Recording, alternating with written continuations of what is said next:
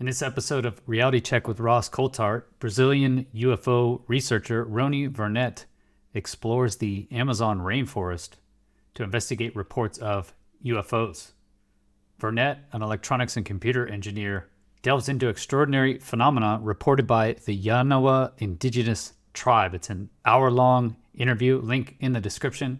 I'll just cover highlights. These phenomena include poltergeist-like noises, strange luminous fogs, and spherical lights, like you see there, often seen near the treetops and roofs of houses. Vernet describes multiple encounters, including a night where he heard furniture-like noises in the middle of the jungle and witnessed a bright orange sphere that blinked yellow and moved silently. In another instance, he saw a luminous fog forming a hand pointing towards the forest, followed by a paralyzing effect on an indigenous boy attempting to observe the phenomenon. Vernet uses advanced equipment including cameras, thermal sensors, and cosmic ray detectors to capture data. He recorded various UAP events, including a close encounter where a bright sphere appeared less than a meter from the ground. Despite attempts to film it with a drone, the object exhibited stealth technology, evading clear capture. So this interview emphasizes the significance of combining indigenous knowledge with scientific investigation to better understand these phenomena. Vernet plans to continue his research and share his findings for peer review, aiming to uncover more about these mysterious occurrences in the Amazon. Thanks for being here. Please hit the like button if you do like this content and consider subscribing.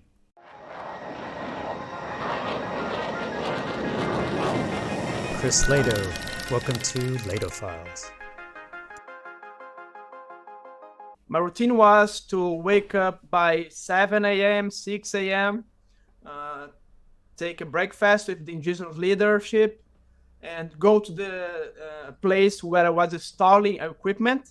And I brought a lot of equipment to install to monitor UAP, to build a station there, and a lot of work because I was in a place that we had a lot of things that I did not predicted, because I was in the middle of nowhere with no specialized labor to help me, with no very, very good tools. So I had a lot of trouble to build this station, and I spent like 12 hours building it. So between 7 a.m. and 7 p.m. I was working towards building, because I had only a few days there. And after that, at 7 p.m., I started my UFO observations, UAP observations inside the jungle, in a local where people were witnessing since beginning of May a lot of phenomena. In the first day, and I witnessed a lot of what we call poltergeist events. I did not saw luminous events, luminous UAP. I saw what we call poltergeist, strange sounds.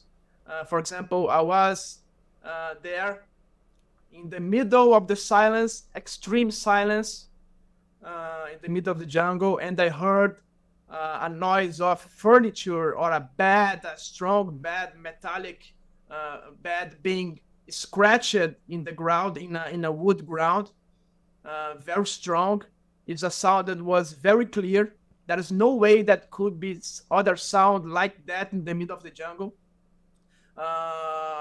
And I felt a feeling of fear, a feeling very strange fear in my heart.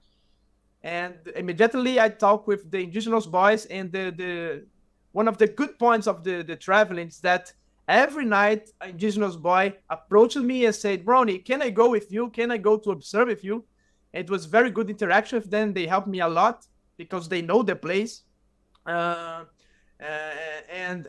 immediately I rushed with them to the place to check if there was any source that could explain that sound. And it's not possible. There's not any metallic bed there, any strong bed there, any furniture that could explain that sound you heard.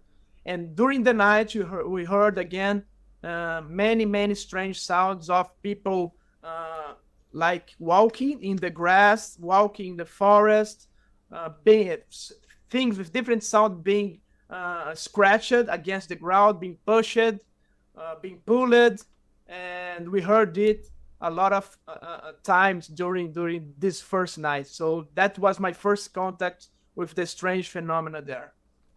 Okay, if you remember last year, August 2023, South America was in the news for these 7-foot-tall flying alien attackers. And according to news reporting, it was exposed as illegal gold miners on jetpacks. Look at that. So these are the aliens. Amazing if you remember that. So Peruvian government's prosecutors investigating the case believe that criminal gold cartels began using jetpacks to prospect for gold deeper into the Alto Nene jungle. Above, a local teen shows an image of the jetpack she and others witnessed during the flying alien attacks. So this took place in the state of Acre, on the far west part of Brazil, in the Amazon, so deep in the Amazon, on the border with Peru. So it's the border with Peru. And looks like this tribe of Yanawa indigenous Indians live in this, mostly along this river, on this river valley. So I'm assuming it's somewhere along this area. This is quite the effort, having to set up all this equipment in some very distant location. I think it must be made easier with modern technology such as Starlink, etc., if he's able to actually transmit the information now instead of having to just put it on portable drives. Either then, he spent all this time, sounds like a full day, just setting up the equipment, and surely it had to have had a good location already scoped out. So a lot of work done to actually get these captures that he shows in this video. He mentions his first night out there before he made any actual captures is just hearing these crazy sounds, interesting sounds, and getting corroboration from local indigenous boys helping him out. So let's check out this next section with the luminous sphere. Looking to this roof, to the wall, to the camera, to the wall, was not paying attention to the environment behind us. And there was a family for us, because some nights some families came from the village to observe the phenomenon with us. And this night specifically, there was a family, and the woman of the family said, "Hey, there was a big light behind you." And we looked behind, and was that big, like 1 to 2 meters sphere in a red to orange color that was literally less than 1 meter from the ground, and literally behind us, like at maximum 5 meters from us. Very, very close. No noise? No noise, zero noise. And was very luminous, but you could, something strange that was very luminous, intense bright, but you could stare to the light without hurt your eyes. It was crazy. And did you get vision of it? Did you get pictures of it? No, because we were installing the equipment. We was three, one holding the camera, one there holding the ladder, and was in that activity. So with not time. But I'll tell you something crazy, that more crazy than try to take pictures about this object. So I looked behind me. I was scared to death because it was very close, and we was with these boys in 2 meters on top of the roof. I was afraid to something fall down in my head and get hurt and so on. But the boys rapidly descended the ladder. Immediately, when we looked at this object, instantaneously, the object started to fly away from us.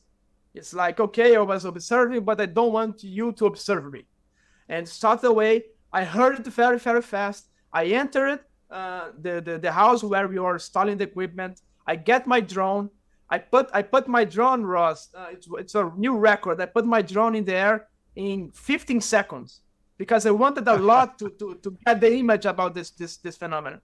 I put in my DJI drone, flying in 15 seconds. And when I saw the object was static, not that close, but static, very low level, top 3 level.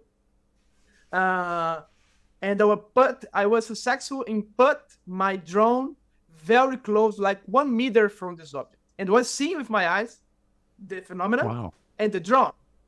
And my drone was, the object was here. My drone was like 2 meters, at maximum 2 meters to 5 meters high. So I was looking directly. Then I was looking the red light from the phenomenon, orange light of the red light. I was looking at the green light from my drone, and I had complete vision. And I started to get the drone camera to look down, look up, look to the sides, and it was not possible to see this object. There was no way that could be possible that my drone was not filming this object, because I was seeing it with my eyes. It was very clear. The red light, the orange light was very strong. And it was impossible to me. The object was static, was not moving. It was impossible to me to film this object with my drone. So quite interesting to me is how the object appears so close, yet it still manages to evade being captured on camera. So as we've heard before, is you have some sort of intelligent nature of the phenomenon. And here we see one example where, yeah, it observed them, but when they actually tried to record it, he was unable to record it. So observed him setting it up, and then when he tries to get video with his drone, even though it's right there and he can see it with his eyes and he has other people backing him up that they can also see it, he's still unable to get any video. $1 billion question, Rony. Did you see those anomalous orange yellowy balls? Yes.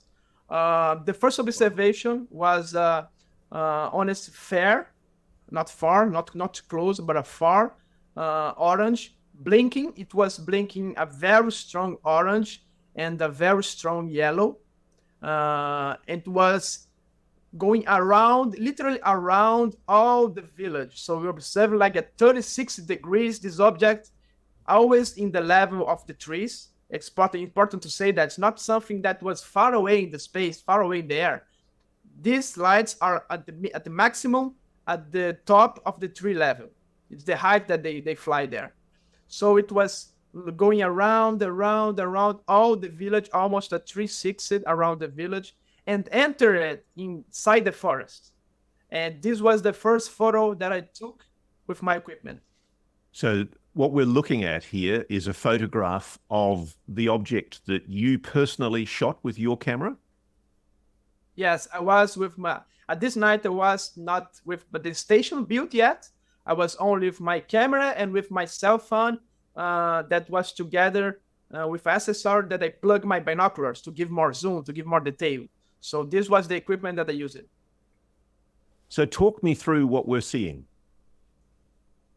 Yes, it was like a sphere, an orange sphere that the light was gone and again started to blink in a strong yellow. And this becomes again, orange and yellow. And this light going straight away, very low on the top tree level and going inside the forest. So this was the first observation of the UAP. And in these interviews, I asked people, before I started observation, the first day, where these objects are most seen, where they are going, from where they are going, where they are coming, where they are going out. Can you explain the directions where this phenomena is more often seen? And almost all of them was certainly that was a specific direction. It was to the west direction from the village, looking at from the village, inside the village. And I started to investigate that direction, start to observe that direction. And these objects that I saw in the second night entered exactly in that direction where the people was telling me that the lights were going in and out. So Rony does manage to actually capture the luminous spheres on camera. Interesting, he says it changes color, orange to red, and then there is a standard protocol for where these objects are actually going to fly. Leads me to believe that it is related to the location, meaning could there be some sort of underground anomaly? Is this a similar anomaly that we see in Heston lights, where they actually have these luminous spheres, interesting long duration luminous spheres? Also similar to Heston is the locals have interesting stories. Stories of crazy vibration in the houses, weird poltergeist sounds as well. and then already mentioned all the luminous lights. So could it be related? They also mentioned in the interview, Ross Coulthart brings up that 1.6 gigahertz signals have been found at Skinwalker Ranch. And Rony says that they also found 1.6 gigahertz signals here. So could it be a similar location? Some sort of crazy anomaly that results in these weird effects. Quite interesting. Can't wait to hear more information from Rony. See what he gets data from all these systems that he's putting out in the middle of the Amazon rainforest. So check out that full interview, link in the description. Thanks to Ross Coulthart and Rony Vernet. Thank you for watching. Please hit the like button. It really helps and it's free. Consider subscribing to get future notifications of when I release videos.